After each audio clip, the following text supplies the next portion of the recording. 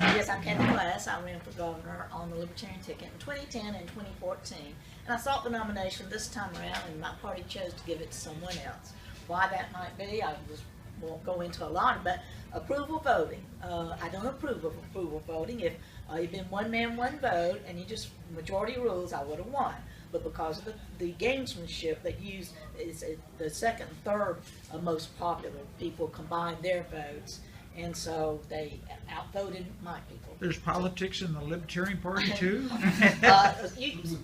Internally, not so much externally.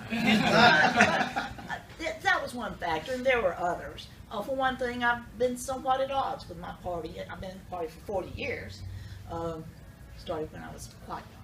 But I'm pro-life, and there are many in our party who are pro-choice.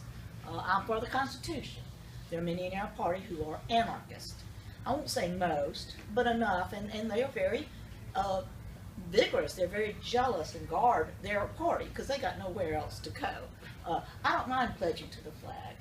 You know, there are some in our party who call it a sky cloth, and the Constitution is just a piece of paper. Well, that's not what I believe. So there were some substantive differences, but it was the approval voting that got me. So anyway, enough about that. Since it's been brought up, I want to say that I agree with Antonin Scalia. It's his dissent in the Obergefell case, the gay marriage case. He said, and I'm paraphrasing, "It matters little to me what government says, how it defines marriage, but it is of paramount importance to me to know who rules me. And this decision says that I am ruled by 5 out of 9 unelected lawyers." Mm-hmm. And I agree with that, because America was never meant to be ruled by judiciary. So if I'd been governor, I would have exercised one of the many powers Texas governor has that's not being used. I would have called a special session. I would put the legislature in session when that decision came out. And I would say, the case did not say we have to issue marriage license. It didn't. It said if you issue marriage license, it has to be on a level playing field. So I said, we're going to get government out of the marriage business altogether. We're going to rewrite all their laws so that the state of Texas, does not issue marriage licenses. That's handled by churches and other private entities.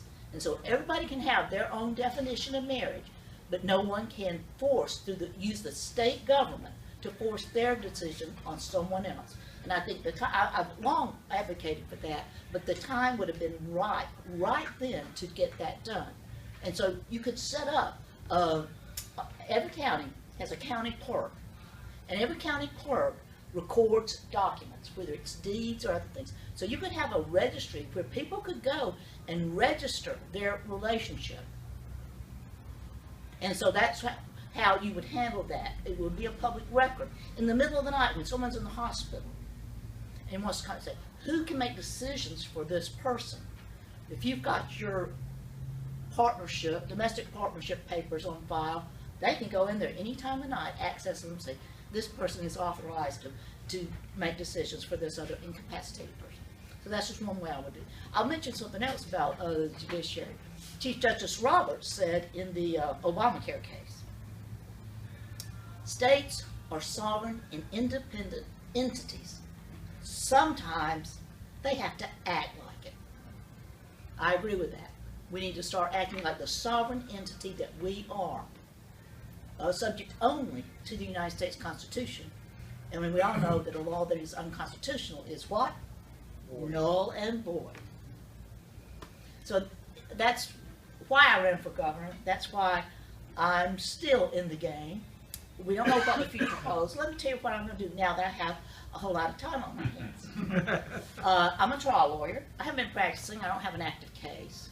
But I'm going to go back practicing law. I'm going to set up a new law firm.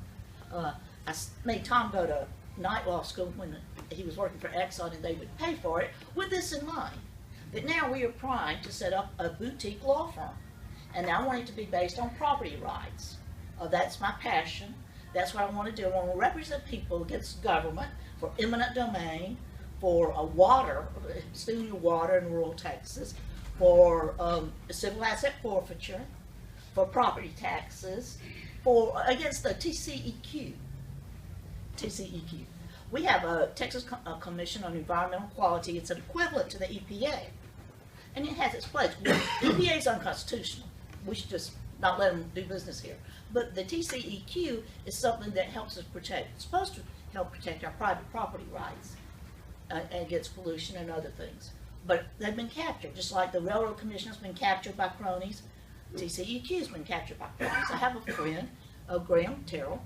His wife owns property in Bulverde, Comal County.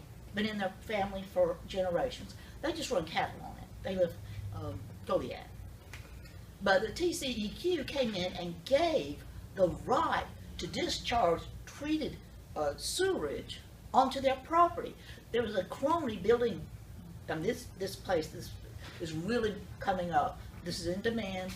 So a developer next door is developing a lot of exclusive homes and just didn't put in how he's going to treat his sewage.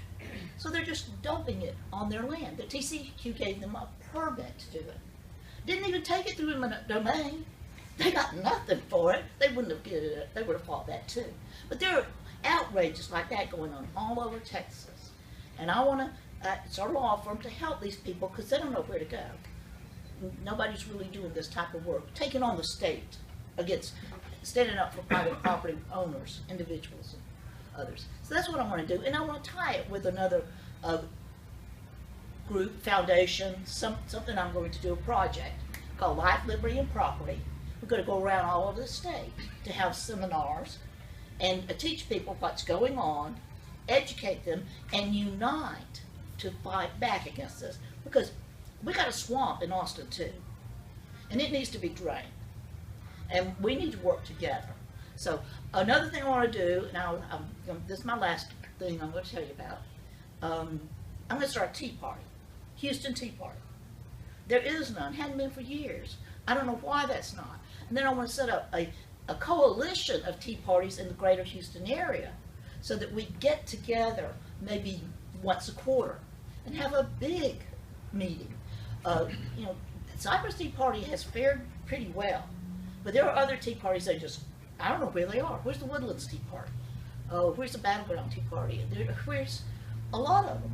Are they just gone? And the ones that are still around in name only, they changed. They're not the force that we used to be. And that's got to change. So that's another thing I want to do to bring us together so that we stay united and focused, because government is out of control. It's out of control in Washington, but it's out of control in Austin too. You know, y'all working through the Republican Party, I understand that, but just keep this in mind.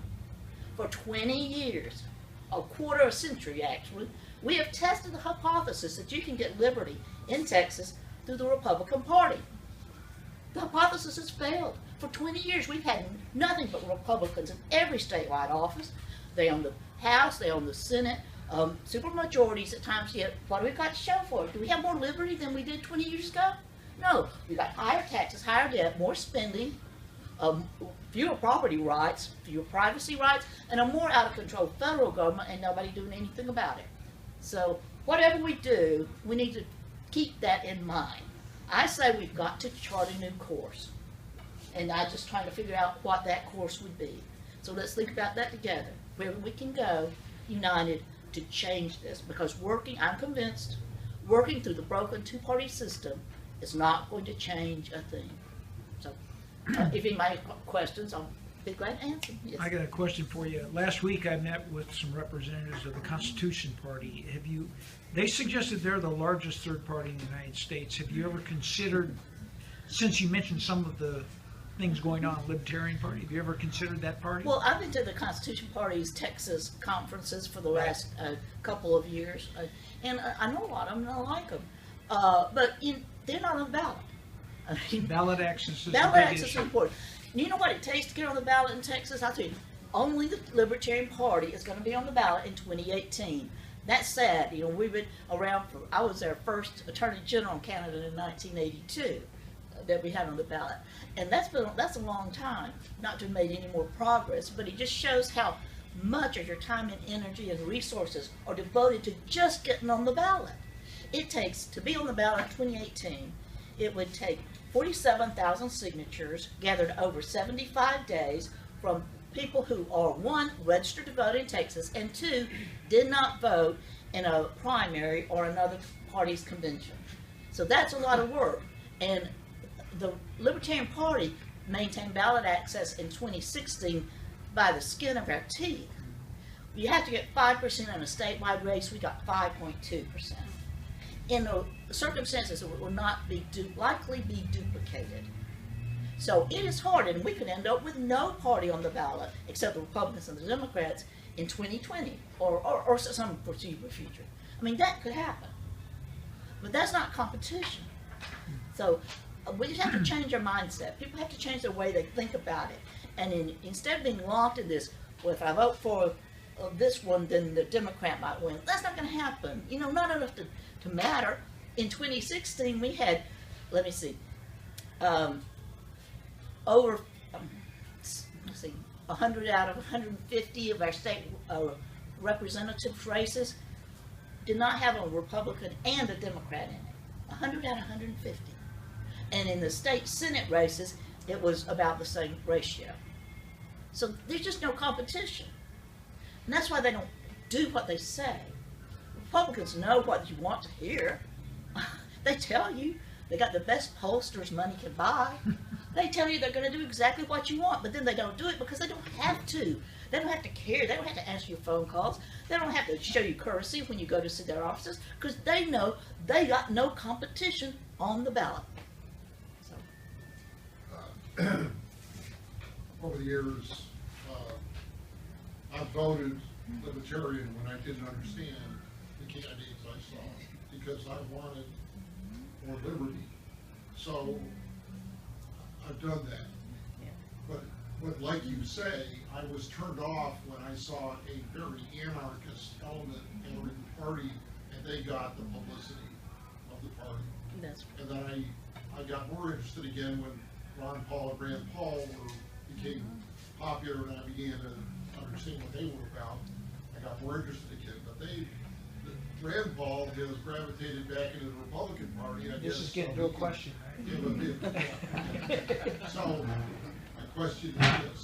I do have a question. I'm going to set up the question, but I do have a question. You're cheating, Because I came here. go ahead.